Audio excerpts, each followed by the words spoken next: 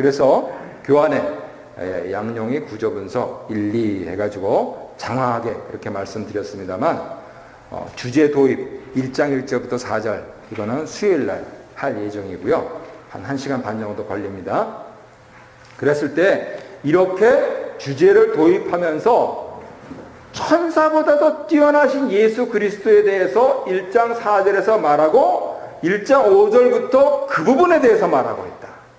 그래서 1장 4절과 같은 것을 앞에 있는 문단과 뒤에 있는 문단을 서로 연결해주는 연결고리, 링퀴즈라고 부르고 있으면서 바로 그것에서 주제를 뽑아낼 수 있다. 여기 착안을 하신 거예요. 그렇게 놓고 보면은 거기서 굵은 글씨로 있는 것이 1장 4절에 있는 천사보다도 뛰어나시다. 2장 18절에 있는 자비롭고 신실하신 대제사장. 그리고 5장 10절에 있는 멜기세덱 계열을 따른 대제사장. 반복해서 6장 20절에 있는 멜기세덱 계열을 따른 대제사장. 여러분 성경을 읽으실 때 반복해서 넣으면 하나님이 엄청 중요하다고 말씀하시는 거예요. 그래서 반복하는 겁니다. 그러니까 지금 히브리서 읽으면서 5장 10절에서 6장 20절에서 멜기세덱 계열을 따른 대제사장, 이 짧은 서신에서 반복해서 나왔다는 것은 히브리서 저자가 예수 그리스도에 대해서 말하고 싶을 때 정말 주안점을 두고 싶은 게 무엇이냐? 예수님은 아론이 아니고 멜기세덱의 반차를, 죄송합니다. 옛날 성경에는 그렇게 되어 있습니다. 멜기세덱의 계열을 따른 대제사장이시다. 이거를 말씀을 하고 있다는 겁니다. 그러니까 너희들이 예수를 믿어야 된다. 이렇게 말씀을 하시고 있다는 것입니다. 그렇다면 멜기세덱이 뭐고, 멜기세덱의 반차를, 멜기세덱의 계열을 따른 게 뭐고, 멜기세덱의 계열을 따른 대제사장이 뭐고, 이걸 우리가 제대로 이해를 해야 아 그렇구나 그러면서 무릎을 치게 될 거 아닙니까? 와서 많이 들으셔야 되겠죠. 그리고 이제 그 뒤에 쭉 7장 전체에서 예수 그리스도의 구속 사역에 대해서 단회성과 완전함에 대해서 말씀을 하시고 있습니다. 그리고 저 뒤에 10장 32절로 39절에 보면은 이 예수 그리스도를 믿는 믿음, 이것이 너희들이 구원을 받았다라고 하는 도장이다 이렇게 얘기합니다. 너희들의 그 확신이 너희들 구원의 확증이다 이렇게 얘기를 합니다. 그랬을 때 그 믿음을 흔들리지 말고 인내로서 경주해야 된다. 그래서 믿음과 인내에 대한 주제가 나오고요. 그리고 12장 29절에 보면은 하나님은 불이시다 이렇게 말씀하면서 하나님께 예배 드릴 때 정말 조심해라.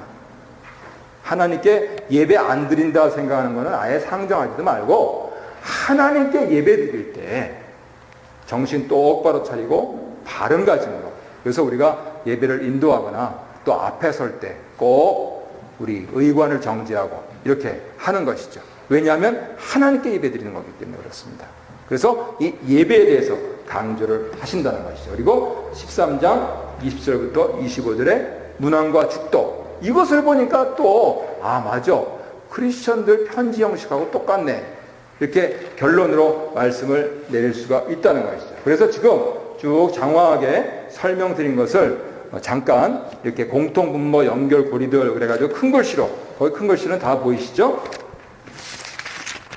1장 4절에 보면은 이렇게 되어 있습니다. 그가 천사보다 훨씬 뛰어남은, 여기 그가 누굽니까? 그리스도께서 그들보다, 천사들보다 더욱 아름다운 이름을 기업으로 얻으심이니 이렇게 말씀합니다. 2장 18절 보시면은 그가 시험을 받아 고난을 당하셨은즉 시험 받는 자들을 능히 도우실 수 있느니라 하셔서 자비롭고 신실한 대제사장, 일반 논리에 대해서 말씀을 하고요. 그리고 아까 잠깐 말씀드렸던 5장 10절 하나님께 멜기세덱의 반차를 따른 대제사장이라 칭하심을 받으셨느니라 한 번 말씀하셨는데, 거기에 반복해서 6장 20절에 그리로 앞서가신 예수께서 멜기세덱의 반차를 따라 영원한 대제사장이 되어 우리를 위하여 들어가셨느니라 하여서 히브리서 저자가 심혈을 기울여서 지금 논증하고 있는 그 본론의 핵심이 멜기세덱 계열을 따른 대제사장이신 그리스도다 하는 것을 알 수가 있습니다. 그리고 7장 28절을 보면 율법은 약점을 가진 사람들을 제사장으로 세웠거니와 율법 후에 하신 맹세의 말씀은 영원히 온전하게 되신 아들을 세우셨느니라 하셔서 아들 드리신 희생제사의 당회성과 완전함에 대해서 말씀을 하시고 있고요. 10장 39절 보시면은 우리 조금 졸리시니까 함께 찾아서 읽을까요? 10장 39절 시작. 우리는 뒤로 물러가 멸망할 자가 아니요 오직 영혼을 구원함에 이르는 믿음을 가진 자니라. 아멘. 15년 길다면 길고 짧다면 짧은데 여러분들 뵙습니다. 세례 받으시고 교회 안 다니시는 분들도 덜어 계셔서 제일 가슴이 아픈 일이고요. 한편으로는 우리 교회에서 이렇게 장립 받으시고 참 감사한 분들도 많으시고요. 또 다른 교회 가서 돕고 있는 분들도 있으시고요. 우리는 진보할 사람들입니다. 여기서 2보 전진을 위한 1보 후퇴를 하더라도 그건 사람 말이지 우리는 후퇴라는 게 없습니다. 사수는 있습니다. 전진할 뿐입니다. 히브리서는 그걸 말씀을 하고 있습니다. 그래서 이 편지를 받는 히브리 기독교인들이 네 자리에 차라리 뿌리를 내라. 그 뿌리가 뭡니까? 구약의 믿음의 뿌리라도, 그 구약의 믿음의 뿌리라고 보더라도 그리스도께서 이렇게 위대하신데 어디 뒤로 물러가느냐 라고 하면서 믿음과 인내를 말씀을 하시고 있는 것이죠. 그리고 12장 29절을 보시면 우리 하나님은 소멸하는 불이심이라 하여서 예배에 대해서 경종을 울려주시고 있습니다. 한마디로 통합해서 말씀드린 것은 이처럼 꼬리에 꼬리를 물고 주제를 변화시켜 나가면서 점점 정점으로 나가고 있다는 것이죠. 그것은 예수 그리스도께서 구약에서 이미 예언하셨지만 구약 사람들도 미처 다 이해하지 못하고 이제 그것에 대해서 약한 우리 신약 백성들은 온전히 알고 있는 바로 그분이신데 어디를 감히 이렇게 말씀을 하시고 있는 것이죠. 잠깐 시간이 남았으니까 히브리 기독론 잠깐 정리하고 마치도록 하겠습니다. 히브리서는 이처럼 교리에 대해서 특별히 그리스도에 대해서 기독론에 대해서 강조하는 성경이면서 틈틈이 설교를 하시고 있어요. 겉면의 말씀을 하시고 있습니다. 그래서 두 가지를 아주 균형 있게 보셔야 되는데 1장에서는 아들 기독론 이렇게 이름합니다. 그리스도의 신성에 대해서 말씀하시고 2장에서는 같은 아들 기독론인데 그리스도의 인성에 대해서 말씀을 하세요. 그래서 하나님이 어디 계시냐 시험받는 사람들, 또 하나님이 우리의 고통을 어떻게 하시냐 시험받는 사람들, 그 사람들에게 신이며 인간이신 그리스도께서 당신들의 고통을 친히 담당하셨다 하면서 그렇게 설교를 해주시고 있는 것입니다. 3장 1절로 6절까지는 대제사장 기독론 가운데서 신실하신 대제사장을 말씀하시고요. 그 사이에 다시 설교하는 부분이 있어요. 그래서 그냥 건너뛰어서 4장 14절부터 5장 10절까지는 같은 대제사장 기독론에서 자비로우심, 신실하심, 자비로우심은 구약 백성들은 대제사장 그리면 떠올리는 두 개의 이미지였어요. 그러니까 예수 그리스도께서 대제사장이다 그러실 때는 신실하셔야 되고 자비로우셔야 돼요. 그래서 바로 이 예수님이 너희들이 고대하던 그 제사장이다 하면서 연약한 사람들, 몸이 아픈 사람들, 마음이 연약한 사람들에게 말씀을 해주시고 있는 것이죠. 이제 본론으로 들어가서 5장 11절부터 6장 20절에서는 멜기세덱 계열 대제사장 기독론, 좀 길죠? 그리고 7장 전체에 걸쳐서 멜기세덱 계열 대제사장 기독론, 이것을 강조하시는데 이 그리스도는 멜기세덱, 살렘 왕이었던 멜기세덱처럼 왕이요, 아브라함이 11조를 드린 것처럼 11조를 받을 제사장이시다. 나아가서 이 그리스도, 이 계열을 따른 그리스도는 자신이 친히 십자가상에서 희생양이 되셔서 제물이 되신 분이다. 왕이시면서 제사장이면서 제물이 되신 이런 분들이 또 어디 있느냐, 이렇게 말씀을 하시고 있습니다. 우리가 믿는 구원의 도는 왕이요 제사장이요 희생제물이 되신 예수 그리스도를 믿는 것이다 하여서 구원 받은 이들에게 위로의 설교를 주시고 있는 것이죠.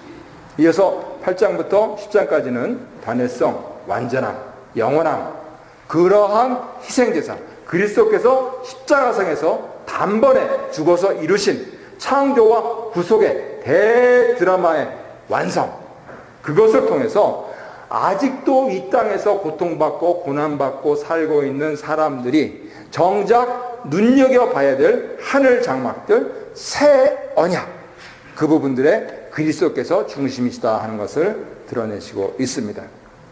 그래서 나는 예수를 믿는데 또 이렇게 죄를 지어서 어찌합니까? 내가 이렇게 살아도 됩니까? 혹은 그게 정말입니까? 그렇게 의심하는 분들에게 예수 그리스도의 이름으로 세례를 받은 사람들은 정결하게 되었다 하는 부분을 분명히 말씀하십니다. 예수 그리스도의 이름으로 모인 곳에 몸 담은 사람들은 거룩하다, 이렇게 말씀합니다. 우리에게도 여러 크고 작은 일들이 지난 15년 동안에 있었습니다만 하나님께서는 이 부족해 보이는 공동체를 이제 이 지상에서부터 끝까지 견디는 사람들을 저 천상으로 올리셔서 완전하게 하실 것이다. 그러니까 지금 여기서 제대로 예배드려라, 이런 말씀을 하시고 있는 것입니다. 예수의 피로 세례를 받고 예수의 이름을 부르는 사람들에게는 황금과 소금과 지금을 주신다 하는 그러한 말씀인 거죠. 예수 믿는 재미인 것입니다. 그래서 위로의 말씀을 주십니다. 물론 빼놓지 말아야 될 것은 5번에 걸쳐서 경고 단락이 있는데요, 거기서 엄중하게 경고하십니다. 똑바로 하라고.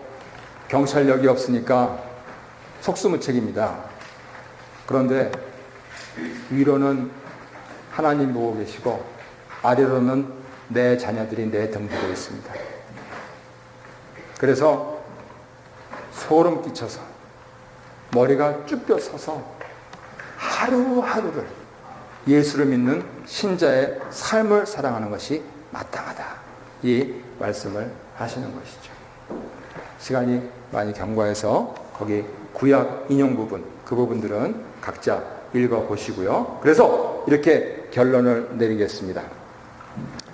선지자들을 강조하는, 천사들을 강조하는, 모세를 강조하는, 아론을 강조하는 이러한 유대주의하고는 비교가 안 됩니다. 우리가 믿는 새 생명의 길을 제시하시고 그 길이 되신 예수 그리스도께서는 탁월하신 분이다, 뛰어나신 분이다, 비교할 수가 없는 분이다. 그러니 당신들은 어디를 선택하겠느냐? 재고의 가치가 없지요. 우리에게 주신 이 복음에 그 엄정하시고 그 뛰어나신 것이 내 마음속에 믿어질 텐데, 하나님께서 여기까지 우리를 인도하신 것처럼 앞으로도, 아니 영원토록 인도하실 것이다. 왜? 내가 예수를 믿으니까 하는, 여기에 매진하는 성도님들 되십시오. 그렇게 격려하고 위로하는 성경이 바로 이 히브리서인 것이죠.